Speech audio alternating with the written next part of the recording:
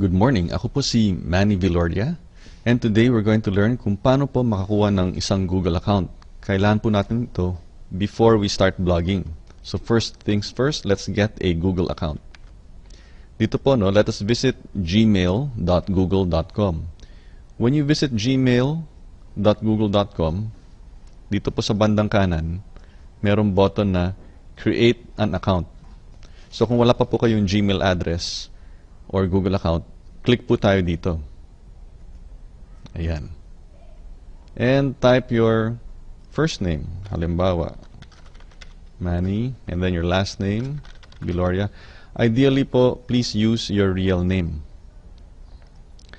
And then choose your username. Palagay po natin Manny Villoria.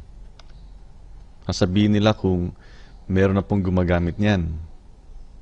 Okay? Tapos magbibigay sila ng mga suggestions. In my case po, sige, let's assume na lang na Team Manny Villoria. Ayan. And then, create a password para po sa inyong Google account. Please choose a password na hindi nyo pa po ginagamit kahit sa Yahoo. It should be a brand new password. Let me pause first the video while I enter the password, birthday, okay, phone number.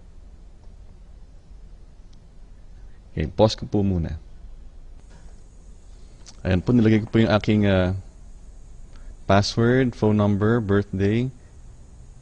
Prove you're not a robot. Kung ayaw pong gumamit ng phone verification, type po yung dalawang text words na nakita po dito. R-S-S-I-R-E-L-A. Location, Philippines. I agree to the Google Terms of Service. Paki-click yan at basahin po ang kanilang Terms of Service and Privacy Policy. And scroll down. Then click on Next Step. Yan. Verify your account. Kung ano po yung number na nilagay ninyo.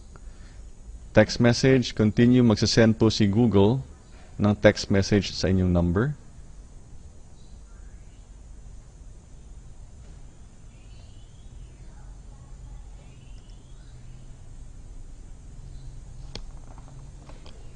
Pause ko po muna. So after a few minutes, may darating na verification code sa inyong cellphone. Ita-type niyo po dito.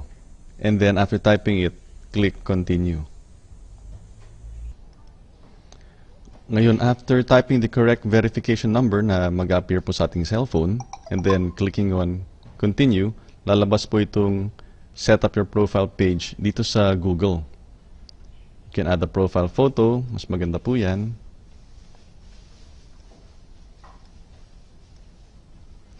Okay, kung meron po kayong JPEG image na nasa hard disk ninyo, pwede nyo po i-add yan. Yan po yung ideal. After you add it, you just click on this, tapos hahanapin po natin sa ating hard disk. Ito po yung itsura ng Select Profile Photo window. You can upload photos, you can select a photo from your computer, you can get it from your web camera. Kapag napili niyo po, click on Set as Profile Photo. Kung wala pa po, just click on Cancel. And then click on Next Step kung ayaw niyo pa pong lagyan ng picture yan. Pero ideally, lagyan niyo po yan ng picture. So, ayan na po, after clicking yung next, ito na po yung welcome message ni Google.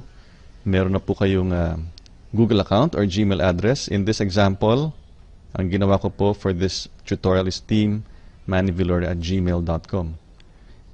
Ganun lang po kasimple na gumawa ng Gmail or Google account. Gagamitin po natin ito when we start blogging. Okay? So, until the next tutorial, ako po si Manny Villoria. Maraming salamat po at mabuhay tayong lahat.